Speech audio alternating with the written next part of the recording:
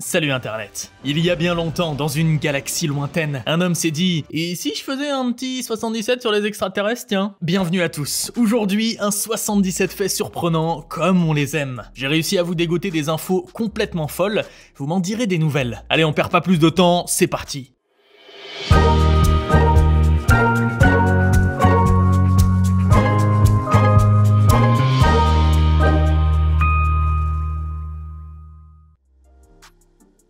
Dès le 19e siècle, plein de passionnés ont tenté de trouver des traces de rencontres avec les extraterrestres. Ce monsieur, par exemple, est remonté carrément jusqu'en Égypte antique. Dans les années 50, il reprend le contenu d'un vieux papyrus découvert quelques décennies auparavant et daté du temps du pharaon Thoutmôsis III. Les scribes antiques y décrivent un cercle de feu planant dans le ciel de la basse Égypte. Ouh, ça fait un petit peu flipper. Ce serait d'ailleurs là une des plus vieilles expériences de ce type jamais relatées par écrit. D'ailleurs, avant d'aller plus loin, étudier des objets volants mystérieux, tenter de les recenser ou d'identifier de quoi il s'agit, bosser sur les témoignages qui en parlent, tout ça, ça porte un nom, c'est ce qu'on appelle l'ufologie. Ça vient du sigle anglais UFO pour Unidentified Flying Object. On parle aussi parfois d'ovniologie ou d'ovnilogie, dans ce cas-là on se base évidemment sur le sigle OVNI pour objet volant non identifié, la version française quoi. Et évidemment, impossible pour moi d'écrire cette vidéo sans vous parler de The Place to Be quand on veut parler d'extraterrestres. La zone 51 et la base militaire qui s'y trouve. L'endroit reste top secret et on a peu d'infos sûres à son sujet tant il est difficile de séparer le mythe de la réalité. Mais bon, c'est un petit peu ce qui fait son charme aussi. La CIA n'a d'ailleurs reconnu publiquement l'existence de la base qu'en 2013 par la voie d'un document déclassifié. Et fait amusant, la zone dans laquelle se trouve la base militaire est aussi surnommée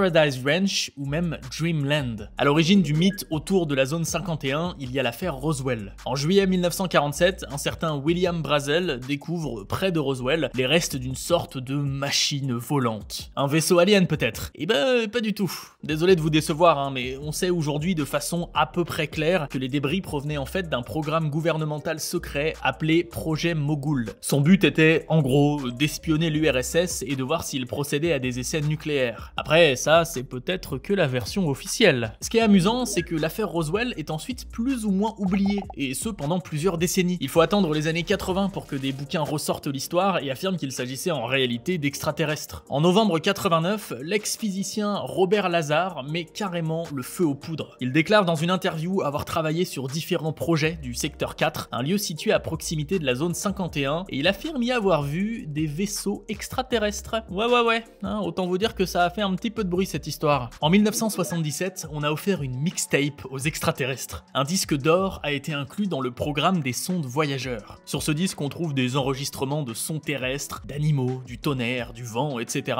Tout ça pour présenter la Terre à d'éventuelles autres formes de vie. Il y a aussi des salutations en 55 langues, une série d'images, vraiment on s'est lâché. La légende raconte même qu'il y a un extrait d'un générique d'animé qui commencerait par C'est l'heure du duel. Et ce sont pas les seuls messages envoyés dans l'espace à destination de potentiels extraterrestres. Les sondes Pioneer 10 et 11, lancées en 72 et 73, contenaient déjà une plaque de métal donnant, elle aussi, différentes indications sur l'humanité. Devinez quoi? Il semblerait que les aliens, ça attire pas mal de monde quand même. La ville de Saint-Paul, en Alberta, l'a très bien compris. Pour augmenter le tourisme et éventuellement accueillir un ou deux Wookiees qui passeraient par là, cette ville canadienne a eu l'idée géniale, dès 1967, de créer le tout premier site au monde d'atterrissage d'OVNI. Sur le papier ça a l'air sympa, dans la pratique j'ai l'impression que c'est juste une terrasse en béton, c'est pas ouf, mais figurez-vous que le lieu a quand même été visité par plusieurs personnalités, parmi lesquelles Mère Teresa ou la Reine d'Angleterre. La première œuvre de fiction qui parle d'extraterrestres et dont on ait connaissance, en tout cas d'après ce que j'ai lu, remonte au Xe siècle et nous vient du pays du soleil levant. Il s'agit du conte du coupeur de bambou, ou Taketori Monogatari. Il relate l'histoire de la princesse Kaguya Hime, une princesse envoyée depuis la capitale de la Lune sur Terre pour y être protégée d'une guerre céleste. Et si le conte porte ce titre un petit peu étrange, c'est parce que la toute petite princesse est sur notre planète retrouvée à l'intérieur d'une canne de bambou. Non, vraiment, l'histoire est assez poétique, je vous mets un petit lien en description pour la découvrir. J'ai dit juste avant là que les extraterrestres attiraient les touristes, j'ai oublié de vous dire que ça pouvait aussi en faire fantasmer certains. Ouais, il y a vraiment des gens qui ont comme fantasme de faire avec des créatures venues de l'espace, et ça a d'ailleurs un nom, l'exobiophilie. À l'opposé de ça, quand on a la phobie des extraterrestres, on parle d'exobiophobie. L'exobiophobie, ça doit être une des raisons pour laquelle le gouvernement américain a lancé le projet SIGN, un programme de recherche sur toutes les observations d'OVNI. Le projet était actif entre 1947 et 1949 et dans un des rapports finaux, il aurait été dit que les différents OVNI observés étaient tous d'origine extraterrestre. Mais surtout, gardons notre calme, ne paniquez pas, le gouvernement a une solution. En 1949, adieu projet SIGN et bonjour projet Grudge. Sa mission à celui-là a prouvé que les OVNI étaient des canulars et des erreurs d'identification, pas question d'observation, de recherche scientifique, non. Edward Ruppelt, un militaire, a même dit dans son livre ceci: tout était évalué en partant du principe que les OVNI ne pouvaient pas exister. Peu importe ce que vous voyez ou entendez, ne le croyez pas. Laissez-moi vous présenter maintenant l'un de nos compatriotes les plus insolites, Monsieur Anthony Loffredo. Il s'est lancé il y a quelque temps dans un projet complètement fou de transformation de son apparence, le projet Black Alien. En quelques années à peine, il s'est fait retirer les oreilles, le nez, la lèvre supérieure, on lui a aussi coupé la langue en deux, injecté de l'encre dans les yeux, mis des implants sous la peau, tatoué tout le corps. C'est assez unique comme projet. J'ai été le premier surpris d'apprendre que finalement ça fait un bail que l'humanité envisage la présence d'autres mondes ou d'autres formes de vie. L'idée d'une pluralité cosmique est par exemple introduite par le grec Anaximandre, ça date un petit peu. Et c'est loin d'être le seul penseur de l'Antiquité à avoir imaginé que notre monde puisse ne pas être le seul. Épicure écrivait à Hérodote: il n'est rien qui fasse obstacle à l'infinité des mondes. Bon, après, ce genre d'idée, ça réussit pas à tout le monde. L'astronome et mathématicien Giordano Bruno en a fait les frais. Il s'est un petit peu pris la tête avec l'Inquisition pour avoir,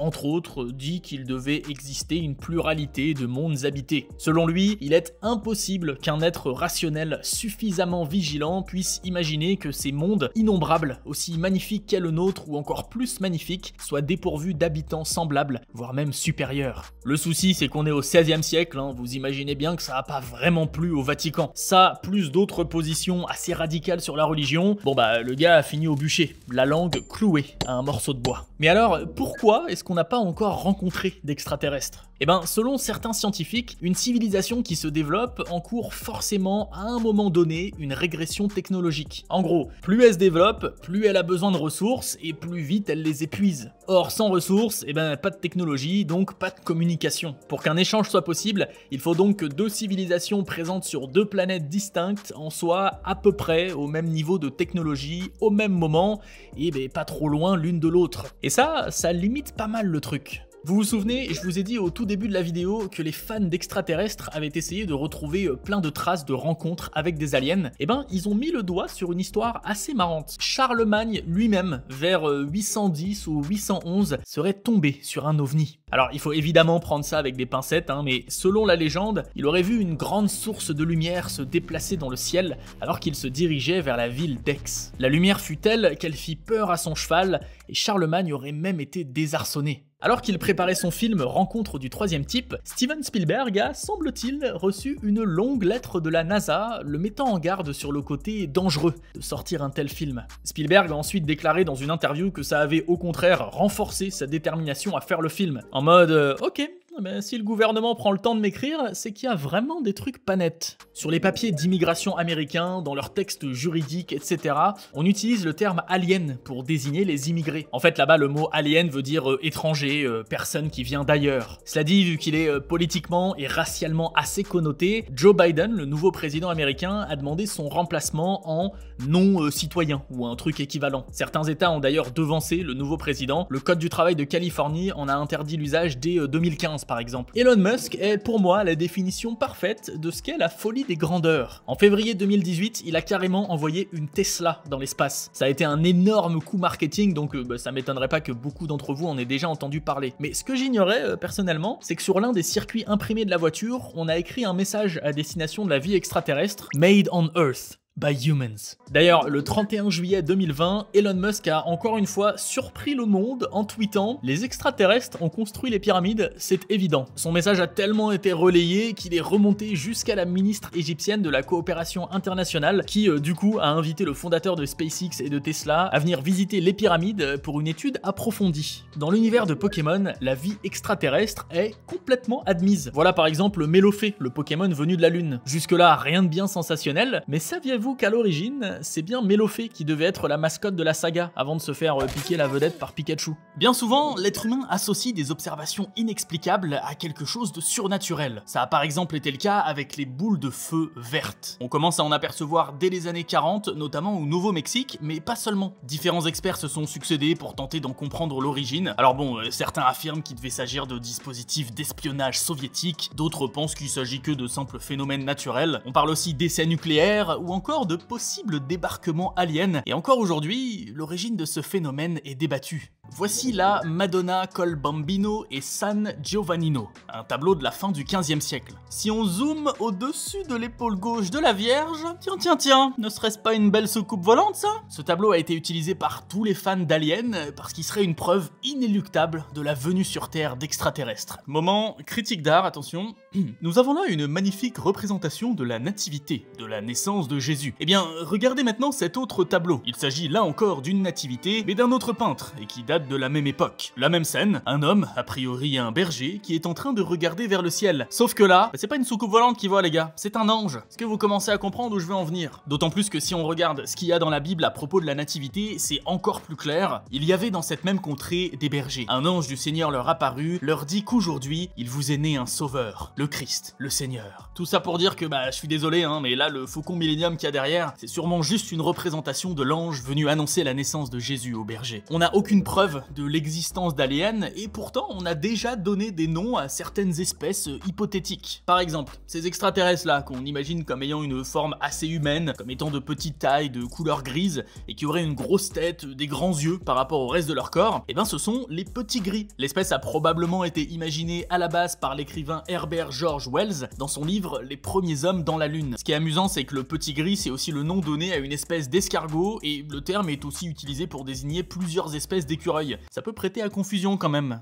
Le 27 octobre 1954, un match de foot italien opposant l'équipe de la Fiorentina à celle de l'US Pistoiese a carrément dû être interrompu à cause de l'apparition d'ovnis. Et là on parle pas juste d'un gus perdu au milieu de la campagne. Le stade contenait au moins 10 000 spectateurs qui, d'un coup, pendant la deuxième mi-temps, ont commencé à regarder le ciel plutôt que le ballon. Certains d'entre eux ont affirmé avoir vu 15 objets dans le ciel, d'autres 20, voire plus. On sait pas exactement ce que c'était, mais ce qui est sûr, c'est que tout le monde a bien vu d'étranges objets apparaître. Et on parle même d'une substance filandreuse et argentée qui tombait du ciel. Connaissez-vous la théorie des anciens astronautes? C'est pas super scientifique, mais ouais, certains passionnés du sujet affirment que des aliens seraient déjà entrés en communication avec les terriens par le passé, qui nous auraient même donné une partie de leur savoir, genre les maths ou l'agriculture par exemple. Et pour dire ça, ils s'appuient sur différents textes religieux et sur un certain nombre de sites anciens. Les pyramides égyptiennes par exemple, les lignes de Nazca ou encore les statues de l'île de Pâques. Ils affirment que les hiéroglyphes du temple de Séti Ier à Abydos montrent des véhicules à la technologie ultra avancée. Ils racontent aussi que les Dogo, ces espèces de statuettes japonaises de la période Jomon, représentent des extraterrestres venus sur Terre il y a un bail. Et je vous jure, des théories comme ça, ils en ont beaucoup. Vous pensez vraiment que les États-Unis ont arrêté d'étudier les ovnis avec le projet Grudge? Et pas du tout. Je vous présente le projet Blue Book. Ses missions, très simples, étudier scientifiquement toutes les observations d'ovnis et vérifier qu'il n'y ait pas de danger pour le pays. Ce programme a commencé en 1952 et a rendu un total de plus de 12 000 rapports sur les ovnis. Il fut finalement fermé en 69 avec pour prétexte que de toute façon, les ovnis n'ont jamais été un danger pour la nation, ceux qui n'ont pas été identifiés avec certitude le seront grâce à l'avancée de la science dans les années à venir et qu'il fallait juste arrêter d'avoir peur. Quand on dit extraterrestre, on pense bien souvent martien. Les toutes premières sondes spatiales à être allées sur Mars pour checker s'il y avait de la vie là-bas, ce sont Viking 1 et Viking 2 au milieu des années 70. Et malheureusement, pas de martiens sur place. Et toujours pas de traces de vie tout court d'ailleurs. Et puisqu'on est sur Mars, en 1976, la sonde Viking 1 a pris une photo terriblement flippante. On dirait un visage inscrit dans le sol. C'est bien sûr juste une formation rocheuse un petit peu chelou, mais avouez quand même que la coïncidence est folle. On dirait qu'un alien géant s'est endormi là, que le reste de son corps s'est ensuite petit à petit enfoncé dans le sol. La Madonna col Bambino et San Giovannino est loin d'être le seul tableau un petit peu étrange à avoir été utilisé par les fans d'Aliens pour appuyer leur théorie. Regardez celui-ci. Il s'agit du baptême du Christ et franchement, on dirait un ovni qui descend sur Terre, non? Ici, il représenterait pas un ange, mais bien Dieu lui-même. Et puis allez, un petit dernier pour la route, voici l'Annonciation avec Saint Émidius. On dirait là encore un vaisseau extraterrestre, et celui-ci il semble même tirer des rayons laser, hein. Et encore une fois, c'est Dieu qui est représenté sous cette forme de cercle assez stylé. Fait un petit peu what the fuck, cette idée selon laquelle t'as des extraterrestres qui sont déjà venus sur Terre, et ben ça a donné naissance à des religions ou à des sectes, et notamment au mouvement raélien. Le truc a été fondé dans les années 70 par Claude Vaurilon, un Français, et l'idée qui est développée, c'est celle-ci. La vie sur notre planète aurait été créée en laboratoire par les Elohim, une espèce extraterrestre qui aurait des milliers d'années d'avance sur notre technologie, et eux-mêmes auraient été créés par d'autres extraterrestres dans une espèce de chaîne sans fin. Claude Vaurilon, le fondateur et gourou de ce mouvement, a aussi expliqué qu'il s'était fait emmener par les Elohim sur leur planète. Et là-bas, qui c'est qu'il a retrouvé ? Oh bah juste Bouddha, Moïse, Jésus, quelques personnalités quoi. Apparemment ces différents personnages seraient là-bas maintenus en vie en attendant le bon moment pour faire leur comeback sur Terre. Avec un peu de chance dans l'eau, il y a Tupac, ce serait cool. Autre apparition très énigmatique dans l'histoire, en 675, au couvent de Barking en Angleterre, les nonnes vont tranquillement prier sur les tombes de leurs frères décédés, jusque-là normal, mais d'un seul coup, une lumière jaillit du ciel, les éclaire et les encercle, puis se déplace vers l'ouest du monastère avant de disparaître. Elles ont forcément cru à un signe de Dieu, mais de nos jours, certains pensent que c'était bien un coup des aliens. Au-delà du fantasme de l'extraterrestre humanoïde, il existe une vraie discipline scientifique qui étudie la présence ou l'apparition de la vie en dehors de notre planète. On appelle ça l'exobiologie. Et lui, clairement, c'est pas un exobiologiste. Il s'appelle Antonio Villas-Boas, est brésilien et est parti très loin dans ses délires ou dans l'espace, à vous de juger. Si on l'écoute, il aurait été enlevé par des extraterrestres en 1957. Il était tranquillement en train de labourer son champ de nuit quand, oh là là, un vaisseau débarque. Il essaye de s'enfuir mais est finalement rattrapé par un groupe de petites créatures et embarqué dans leur vaisseau. Là, ils lui ont fait divers prélèvements, ils l'ont mis tout nu et ils l'ont laissé dans une salle où l'attendait une extraterrestre femelle super sexy. Vous commencez à voir là où va cette histoire, j'imagine. Alors, selon lui, elle mesurait 1m50, avait un visage triangulaire, de grands yeux bleus, des cheveux blancs, des poils rouges au niveau du pubis et des aisselles. On est quand même bien loin du monstre d'Alien finalement. Après, je vous ai parlé tout à l'heure de l'exobiophilie, hein, les gens qui rêvent de se taper des aliens, on y est. Antonio a raconté qu'il avait couché avec la créature avant d'être redéposé sur Terre. L'extraterrestre lui aurait même fait comprendre qu'elle allait élever leur futur enfant dans l'espace. Si vous aimez bien ce genre d'histoire, je peux aussi vous parler de George Adamski. Lui, il est connu pour avoir rencontré en 1952 un certain Orton, un extraterrestre ressemblant à un homme de petite taille et venu de Vénus, un Vénusien donc. À cette époque-là, les seules informations qu'on a de Vénus, c'est qu'elle est couverte de nuages. Donc on imagine sans mal qu'il puisse y avoir en dessous une forêt super humide, pleine de lézards et autres créatures adaptées aux zones tropicales. Vénus, ce serait en gros la planète Dagobah dans Star Wars et Orton une sorte de Yoda, mais en plus beau quand même. Il aurait d'ailleurs emmené George faire un tour en vaisseau spatial et lui aurait confié être un petit peu inquiet à cause des essais nucléaires américains. Malheureusement, la probabilité qu'un extraterrestre venant de Vénus nous ait rendu visite est quand même assez vite remise en question, même par les plus grands défenseurs de la vie extraterrestre. Disons que, bon, même si on a longtemps imaginé que Vénus pouvait être une sorte de planète jumelle de la Terre, une planète pouvant avoir évolué un petit peu comme la nôtre, ben cette hypothèse est complètement balayée en 1962. Cette année-là, la sonde américaine Mariner 2 survole la planète et on estime alors la température à sa surface plus de 400 degrés. Voilà, la forêt tropicale plus trop tropicale du coup. Direction Google Maps, zone 51. Sans surprise, aucune photo, aucune street view disponible, mais si on essaye quand même en prenant le petit bonhomme, et ben voilà, un vrai ovni au-dessus de la zone 51. Vraiment, moi ça me fait tout le temps marrer ce genre d'easter eggs sur le net. Le tout premier film qui montre des extraterrestres est un film français, le fameux Voyage dans la Lune de Georges Méliès, réalisé en 1902. Ce film est hyper connu grâce à ce plan. Les aliens dans le film sont des humanoïdes avec des masques à cornes et des lances. Vous moquez pas trop, on est quand même en 1902. Un parc d'attractions 100% sur les extraterrestres, ça vous tenterait pas vous? Bonne nouvelle, il existe. Voici le Jungfrau Park. Il se trouve en Suisse, dans le canton de Berne, et se concentre surtout sur la théorie des anciens astronautes. Ouais, c'est juste ça le côté un petit peu moins fun. Son créateur n'est autre qu'Erich von Däniken, l'auteur d'un des ouvrages phares de cette théorie. Voici d'ailleurs une gravure adorée par les théoriciens des anciens astronautes, le spectacle céleste, par Hans Glasser. Il a illustré dans cette gravure un événement céleste qui se serait passé là-bas le 14 avril 1561. La gravure est accompagnée d'un petit texte explicatif. Des sphères, des arcs lumineux, des croix, tout ça aux couleurs intenses, seraient apparus dans le ciel et se seraient battus pendant une bonne heure avant de tomber tomber sur le sol et de se désagréger. Les météorologistes pensent à un halo lié à une parélie, alors que les théoriciens des anciens astronautes préfèrent l'idée d'une bataille entre ovnis. Moi j'aimais une petite hypothèse, celle d'un space cake au petit-déj de Hans Glasser. Imaginez-vous, vous êtes en 1957 au volant de votre voiture avec deux amis, pas loin de York en Angleterre, quand tout à coup, vous voyez un truc qui brille sur le bord de la route. Qu'est-ce que vous faites déjà? Évidemment, vous vous approchez et...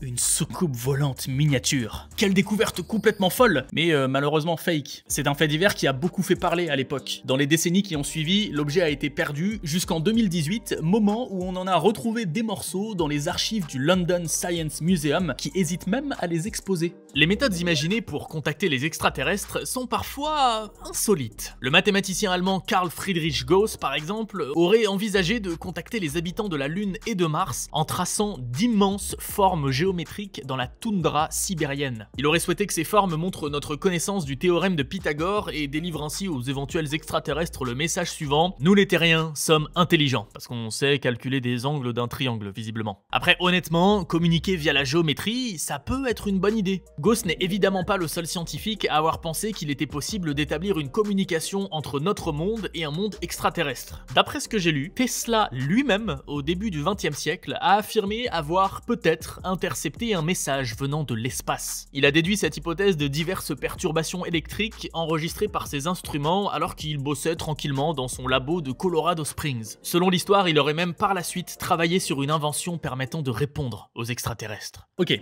on a vu que pour le moment, les scientifiques n'avaient pas trouvé de vie sur Mars. Mais est-ce que théoriquement, on peut quand même espérer en trouver là-bas, ou ailleurs dans notre système solaire? Les exobiologistes sont déjà tous d'accord sur un truc, il faut forcément de l'eau. Ils ont même déterminé les 4 endroits les plus probables à avoir de la vie extraterrestre dans notre système solaire. Des habitats souterrains sur Mars, donc pas en surface, sur Europe, un des satellites naturels de Jupiter, ou éventuellement sur Titan et Encelade, deux satellites de Saturne. Mais bien sûr, pour le moment, tout ça n'est que supposition, et si éventuellement on trouve de la vie, on risquerait plus de trouver une bactérie qu'un Ewok. Certains membres de la communauté scientifique estiment qu'il y a plus de chances de trouver de la vie extraterrestre sur une planète sur laquelle on retrouve une tectonique des plaques. Ils pensent que pour que la vie apparaisse quelque part, il faut bien sûr différents éléments, du carbone par exemple, mais il faut aussi qu'il y ait une sorte de brassage entre eux, que tout se mélange bien. Ça veut dire que, dans le cadre de la recherche de vie extraterrestre, tomber sur une planète sur laquelle il y a des volcans, des séismes, etc., c'est plutôt bon signe. Peter Coury est un homme qui a vécu de nombreuses rencontres que l'on peut qualifier de surprenantes. Lorsqu'il avait 7 ans, il jouait avec des copains sur le toit d'un immeuble au Liban lorsqu'un gros œuf spatial a figé ses amis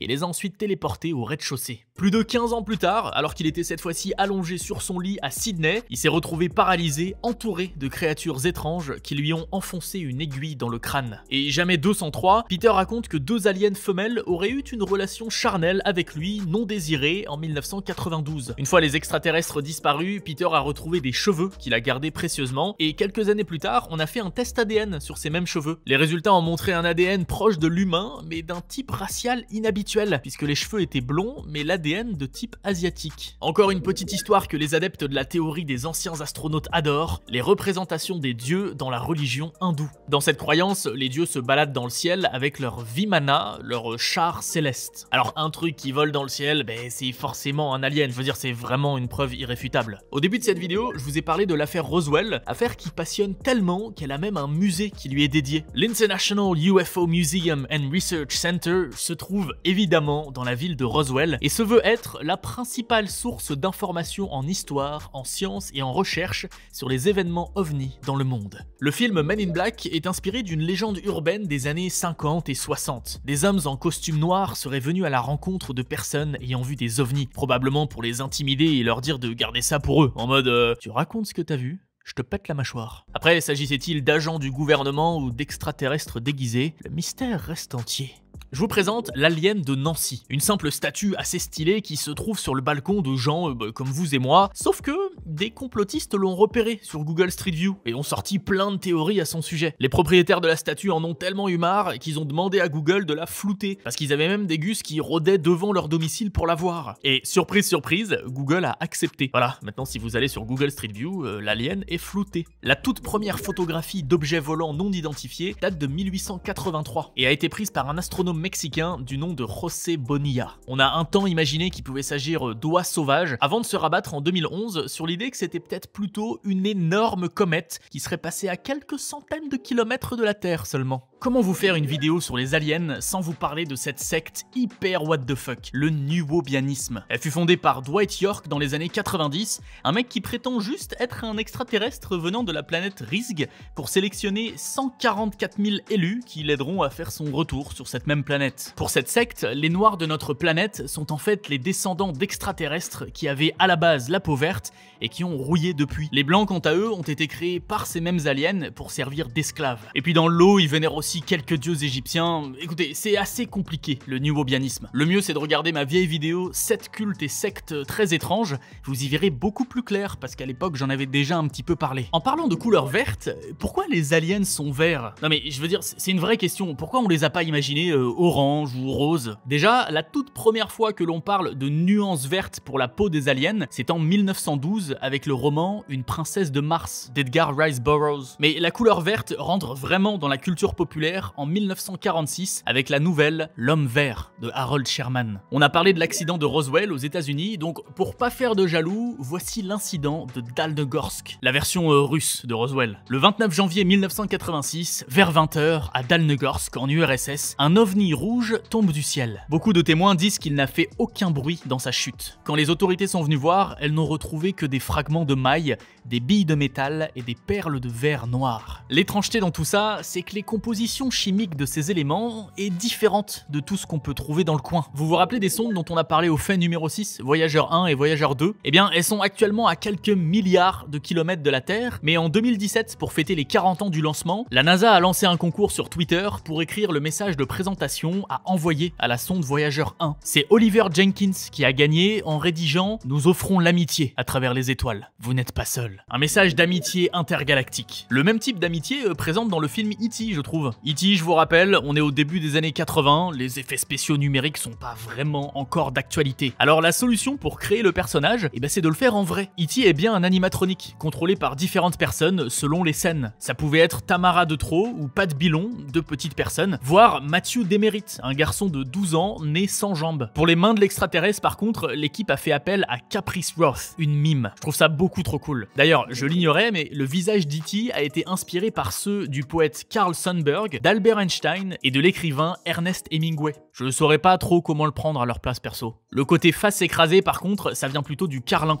Et dans l'ensemble, Spielberg voulait que ce soit quelque chose que seule une mère pouvait aimer. Et pour le coup, je trouve ça plutôt réussi. La journée internationale des ovnis a lieu le 2 juillet. Que célèbre-t-elle, vous allez me demander? Eh bien, l'existence des extraterrestres, rien que ça. Ou en tout cas, l'espoir que les gouvernements reconnaissent un jour leur existence. La date, le 2 juillet donc, correspond au jour anniversaire du crash de Roswell, ce que beaucoup considèrent comme la preuve irréfutable de l'existence des aliens. Vous vous souvenez le match de foot italien qui a été interrompu? Mais je vous ai dit que des espèces de filaments étaient tombés du ciel. On appelle ça des cheveux d'ange, et c'est pas la première fois qu'on en entend parler lors d'apparitions d'ovnis. C'est souvent décrit comme une gelée ou un genre de toile d'araignée gélatineuse. Il arrive qu'ils apparaissent aussi lors d'observations de la Vierge Marie. Le plus étrange étant que souvent, ces fils se désagrègent au contact de la peau. Évidemment, beaucoup de théories sont étudiées qui vont de cocons de toile d'araignée aux traînées que laissent les avions, en passant par des phénomènes d'électricité statique qui polariseraient la poussière. Et tant qu'on saura pas exactement ce que c'est, ça continuera à faire partie d'un joli folklore mystérieux. Il n'y a pas que des inconnus qui racontent des histoires d'enlèvement d'extraterrestres. Notre cher Diego Maradona fait aussi partie de ce monde-là.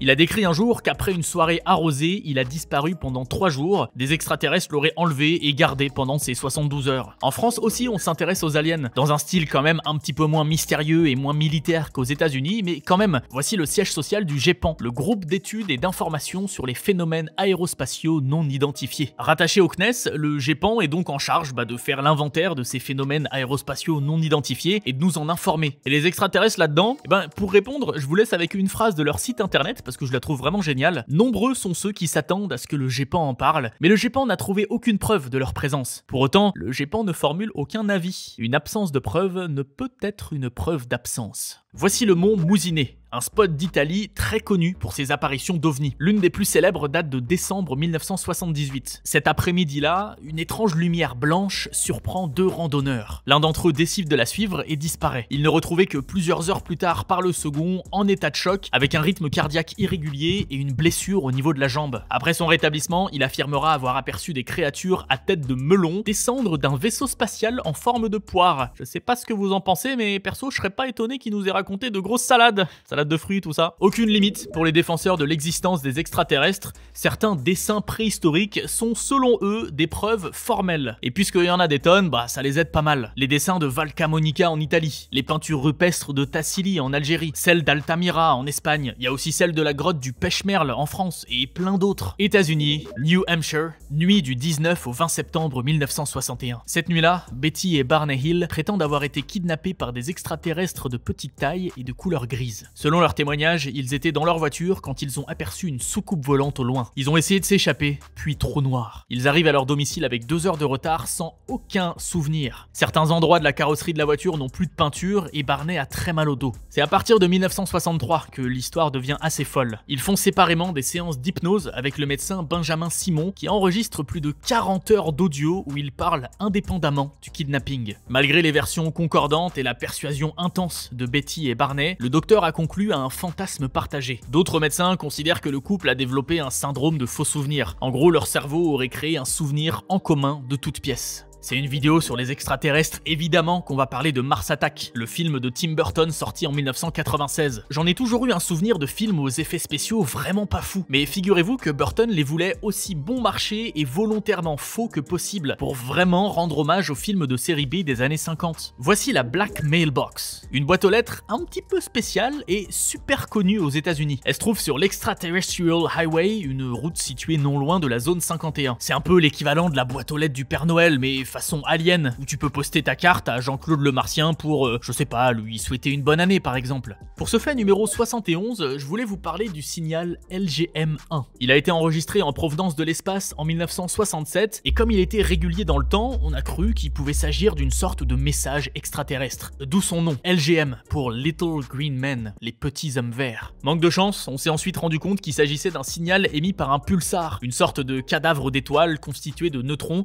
qui tourne super vite sur lui-même en émettant un rayonnement. Désolé, mais pas d'extraterrestre pour cette fois. La base de Zitkour en Russie est la version russe de la zone 51 américaine. Base militaire secrète, cachée, elle est censée se trouver sous une autre base militaire, Kapustin Yar, genre dans les souterrains. Apparemment, en 1948, un ovni argenté en forme de cigare se serait écrasé pas loin de là et les débris auraient été emmenés à Zitkour. C'est là que, loin des regards, se dérouleraient des expériences extraterrestres très secrètes. Dis-toi, l'existence de la base n'a même jamais été confirmée par le gouvernement russe. Vous regardiez vous aussi les zinzins de l'espace quand vous étiez petit? Eh bien, notre cher ami là, l'extraterrestre Bud, il s'appelle Bud en référence à un type de cannabis, l'orange Bud. Et Bud, il est non seulement orange, mais aussi clairement défoncé H24. Vous savez qui croyait aux extraterrestres aussi? Les Incas. Au 15e siècle, ils découvrent la Puma Punku. Ça signifie la porte du Puma. Ouais, je vous avais pas dit, je suis un petit peu bilingue en Aymara. Ils étaient persuadés qu'elle avait été construite par des aliens à cause des formes étriquées qui permettent aux blocs de pierre de s'assembler. Sauf que non, malheureusement ce temple ne nous vient pas des aliens mais des Tiwanaku, une civilisation pré-inca qui aurait vécu jusqu'en l'an 1000. Un mystère est quand même présent, ils ont abandonné le temple d'un seul coup. Les scientifiques pensent à un changement environnemental soudain, genre une inondation. D'autres pensent que de toute façon c'était des extraterrestres donc ils sont peut-être tout simplement rentrés chez eux. Depuis les années 90, les scientifiques pensent avoir trouvé une explication aux enlèvements par les aliens, la paralysie du sommeil. Ce trouble du sommeil que j'ai moi-même expérimenté une fois dans ma vie vous empêche d'effectuer le moindre mouvement malgré le fait que vous soyez complètement conscient. Généralement ça arrive le matin quand seulement une partie de votre cerveau est réveillée et a du mal en quelque sorte à réveiller l'autre. À ça peut se rajouter des hallucinations auditives, sensitives ou visuelles. Souvent les gens parlent d'une hallucination sous la forme d'une vieille femme terrifiante mais